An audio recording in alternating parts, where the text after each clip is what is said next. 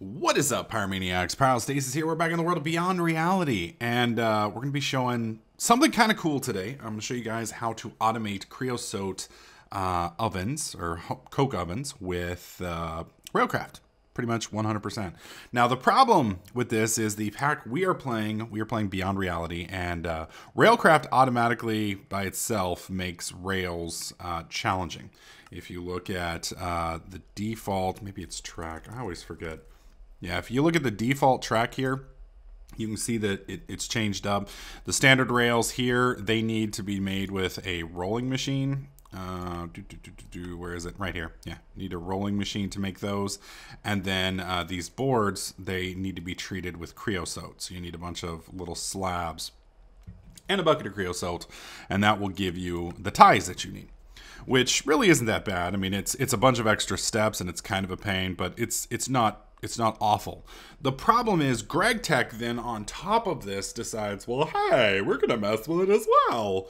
And one of the tracks that you need to make this function is the locking track right here. Now this is easy part right here. Obviously, this isn't too bad. It's the advanced rails here. The advanced rails are where things get a little tricky. But it looks like we may actually be able to bypass even that. I didn't click over here earlier when I was doing my video, so it looks like it is I who am the retard. So I apologize. Right here, these advanced rails, I was looking at only the assembler recipe. Apparently I can't make them with a rolling machine, so I apologize, GregTech, for calling you an asshole. It was me who was stupid. So great, we are going to be able to do this, and I'm very, very excited because this is going to be quite possibly one of the coolest things ever. Now, I do want to show you guys how to do this real quick before I go through and set it up myself. Now, you can see right now I've got all these set up with tanks and Buildcraft pipes. I had planned on putting redstone engines on these because I didn't think I could make the pipes. Or the tracks. But since we can, let's hop over real quick to my single player test world so I can show you guys. With GregTech, I do a lot of testing over here in my little creative world because you want to make sure you have things figured out before you really get to playing with stuff in GregTech, because you don't really want to build something that's not going to work or is a little wonky. The other issue with this is Railcraft has changed the names of a lot of stuff. These used to be called liquid loaders and now called fluid loaders. They used to have a GUI interface in here with some filters and things. They still have the filters, but there was 2 buttons in here. Now there's only 1. And they've changed the name of the locking tracks. They used to be called the boarding tracks. So when you're trying to figure out how to do this, it gets really, really complicated. And it's kind of a pain in the ass. So this is the finished system. This is how it's supposed to work. Apparently there are ways to make it to where it's just a single track. I can't get that to work because these things always push in the direction that they're facing. And I've always had problems with that. So let's look first off at the locking track that we've got here. So we're gonna put this here, put this here, and we're gonna go boom, boom. Come on. No, I don't have another one. We'll do another one up like this. There we go. And then we're gonna put the loader up on top like that, and then we can, well, that's fine. So you want the fluid loader, or unloader, which is what you've got right here. This is or loader, not unloader. Damn it, Bobby. Where is it? The fluid loader. Don't get those confused. There we go. You want the fluid loader on top. You want it above the rail. It has to be above the rail, and thankfully with the creosote stuff, it can touch any of the sides here. And basically, you want to set this, you have a couple options. You have force full, you have immediate, and you have manual, and then you have hold empty. Hold empty, all that basically means is if there's an empty cart that comes, I'm going to hold it until it's filled up.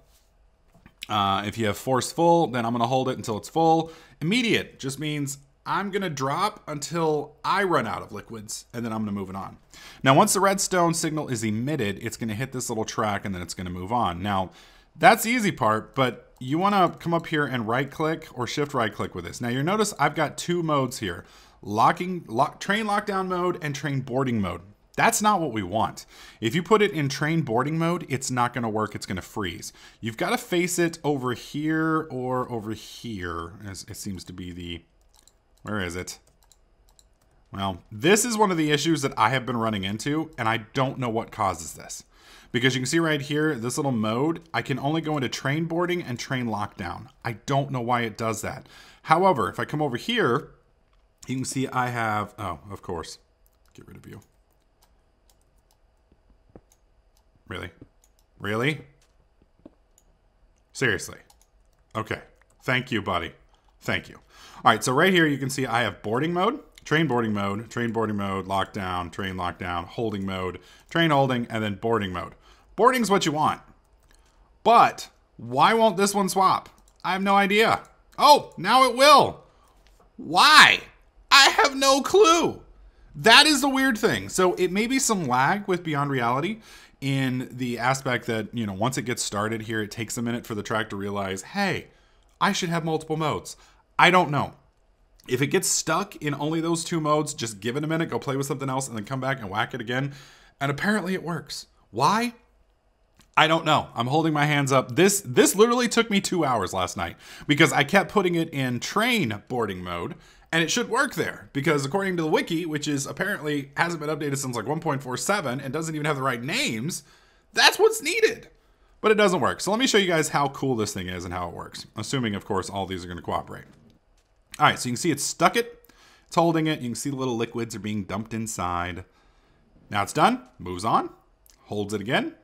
Dumps its liquids. Moves it on. Holds it. Dumps its liquids.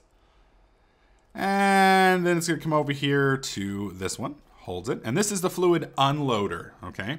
It has to go under the track. Has to be under the track. Once again, has to be under the track. And it will unload everything here. And then once it's done, here in just a second, boom, it drives right on. And it will do that forever. And you can notice none of those have anything on them, so it's just moving right past it, which makes it really, really easy to do. Now, again, the only issue you're going to run into is the locking tracks. You've got to make sure that you've got those in the right modes. And for our setup, let's hop back over to our multiplayer world. That's basically the end of the tutorial, by the way. If you're just here for the tutorial, then you're going to probably want to bounce on unless you just like listening to the words that come out of my mouth. So for us, what we're going to do is I'm going to replace all of these, well, as soon as it loads up. Take your time, Beyond Reality. We're not going anywhere. There we go. Whoa. We are going to replace all of these tanks here and all these pipes, and then I'm going to have my fluid or loaders on top of each one of these things. And then we're going to have the piping or the rail system run along this wall. I'm going to move these and get it all into these. And then probably either here or here, we will have our fluid unloader, okay? So it's going to either be like dead center here, we're going to have the unloader, or dead center over here. I'm not quite sure yet. I'm actually leaning to having it over here. The reason I say that is down here, we've got all of our engines over here, and it would kind of be problematic to have them there. Of course, we are going to be revamping those, so it may actually make sense to do it over here. Either way, we will have our open block tank probably right here, like a ginormous open block tank. And then we'll have our steam boilers feeding in here because we're going to be moving all of these up 2, 3 floors, I think it is. Yeah. Now these rails that we can get, or that we're going to be getting, we can do them in a variety of different ways. If you don't want to deal with the rolling machines, you can go and explore mine shafts and such and hope that you get one. I don't really have that kind of time. So, I mean, Beyond Reality already takes, like, I'm going to be like 25 years older by the time we finally finish this Let's Play. It's just, I mean, don't get me wrong. I like the challenge, but sometimes it's like, really, dude, really? All right, so we need a rolling machine, which I'm hoping Greg Tech hasn't messed with. Please, Greg Tech, please, please. Oh, God, that looks evil. That looks absolutely horrific. All right, so we are going to need 4 steel plates. We can tell that for sure. We are going to need a sticky piston. We're going to need an anvil. That's all easy. We're going to need an industrial steam engine, which is, again, not too bad. Going to need some steel gears and a 10 gear. That's all easy. And then we have a couple different kinds of circuits that we can use. We're going to look at the electronic circuit. This seems like it's probably going to be our best bet. Let's look at this NAND chip. How hard is this thing to do? Oh, dear God. So we're basically going to need an epic shit ton of steel is what I'm getting at. That's what we're going to need. We're going to need a lot of steel. So this isn't going to be something we're going to be able to set up today because we just don't have the infrastructure for it. So I'm going to go ahead and yank this out. We're going to need some more charcoal over here. Now, I'm curious if coal coke will work in here. I don't know if it will, but we're just going to try it out. All right, let's yank that out. And let's put the coal coke in. Holy shit. It's working. Now my question is that going to work a little bit better than the normal coal? I'm hoping it will, but we'll find out later. We'll find out later. We're not really concerned about that for now. So what we're going to do today, something we kind of should have done a while back, but what we're going to do today is we're going to finish our blast furnace over here. Once we get the blast furnaces finished, we're going to have 3 of these. So that's going to give us triple the steel production. And then hopefully we're going to have the materials to be able to make at least the rolling machine. Then after that, we'll start making the pyro railroad system up in here. And I'm really excited about this because as stupid as it sounds, and yes, I know I can use pipes. And yes, pipes would probably be easier and cheaper. But you know what? Pipes don't look cool. Pipes don't make choo-choo train noises, okay? That's all I'm saying. That's all I'm saying. So give me a couple minutes to finish up building those 2 blast furnaces and we'll pick up there. All right, so we've managed to upgrade our capacity a little bit. Not a whole lot, because it does take a freaking long time. Hang on, let me eat before I starve to death. You can see we've completed 1 extra side. And yes, I have the sound off. I'll go ahead and turn that on so you guys can hear. I know some of you guys like that. There's just a lot of Greg Tech noises, and when you're sitting there for like 30 minutes waiting for it to do its thing, watching TV or whatnot to pass the time, you don't want to drive you nuts. But we've just about gotten the 3rd blast furnace online. Like I said, I will be moving these to a different floor eventually, just not quite yet. All right, so now that we've gotten 2 of those running, we're getting a little closer to being able to run this. We do need an anvil. And we need an industrial steam engine. So we're going to go ahead and make the anvil, I think, now. Yep, we got a little iron left over. Yay. There's some silver, which we don't need at the moment. Actually, I'm going to keep it on me because we may need it. All right, so let's make the anvil. Anvil is still the vanilla recipe, oddly enough. This is Greg Tech, and he's leaving something vanilla. I don't understand it. I do have a sticky thingy. Yeah, there's a pink slime ball. That should work. Now we just need, let's see. I'm going to take you. Now we're going to go, I think I have to do it open air. Yep. We're going to go 1, 2, 3, 4. That's all I need. Put you back. And my inventory is getting kind of full because we have to keep all of this stuff on us. But we're going to go ahead and drop this, and we'll leave that in there for now. Oddly enough, the coal coke doesn't seem to affect blast furnaces. I may just not be counting right, but it seems that your coal coke just disappears. So that kind of makes me a sad panda. I need some wood. I need 1, 2 ought to do it. I don't know if Twilight Forest wood counts, so we're not going to mess with that. And I need 1 redstone. Please, for the love of God, tell me we have... Thank you so much. I was a little worried there because redstone can kind of be tricky with Greg Tech. I haven't quite figured out the processes for getting it reliably out of the ores. I'm sure it's not as complicated as I think it is. I was just a little worried. All right, so there's our sticky piston. We have our anvil. We need 4 steel plates. That's easy. We'll take our little hammer here, and we need 4 steel plates. That's 1, 2, 3, 4. That's a lot. All right, so now that we've gotten that, the last little sticky parts that we need are the industrial engine and these electronic circuits. Now, the electronic circuits, they're not too bad. They're not too bad. So we have 2 options here. We can use rubber and copper cables, which is probably what we're going to do. So we need a cutter here, which means we're going to need some iron plates and some iron ingots. Thankfully, we still have enough of these to get that. So let's put you up there. Bam. So if I recall, it was boom, boom, boom. Whoops. Didn't I make another? Didn't I make another? I guess I didn't. Could have sworn I made another one. Oh, well. For some reason, I guess I thought there were 3 of them. I don't know. There we go. There we go. And boom, boom. Now we got our clippers. Yay. Unfortunately, I think I've turned most of my copper into actual stuff, which is a minor problem now. I've been turning most of our copper into, what do you call it? Into bronze. So I need to be careful. Definitely don't want to use all of that up. I do have some crushed copper ore here, which we'll take back. Now, with this crushed copper ore, you have a couple choices. Oddly enough, you seem to do better if you don't purify it. Because if I regrind this, I can put this back through a macerator right here. Whoops, no, right here. And that's going to give me 1 piece of copper dust, which I can then wash, which will give me a piece of pure copper dust, which can then turn into 1 ingot. Or I can just cook that right in here, and if I do this, I get 10 nuggets per piece, which means I technically make a 2 nugget process, or two nugget profit off of this, as opposed to finishing it off. Not only that, but it's easier. So unless I'm just stupid, which is highly possible, or I'm missing something, this seems to be the better bet. So I don't know. Maybe I'm missing something. It wouldn't be the first time that I missed something. But it definitely seems like this is the better option because, like I said, you do end up with 1 extra nugget, I think it is. Yeah, because it takes 9. So you end up with 1 nugget profit, which is still profit. It's still profit. So keep that in mind. All right, so we need... Oh, god dang. We need a lot of those. Okay, at least that's going to give us 2. So we're going to need a few more, but that's something. Wait, oh, wait, no? Yeah. That should do it. What the hell? What am I doing wrong? Yep. Yeah. Oh, it has to be a plate. Oh, wow. You're going to be really that difficult. You talk about tedious, man.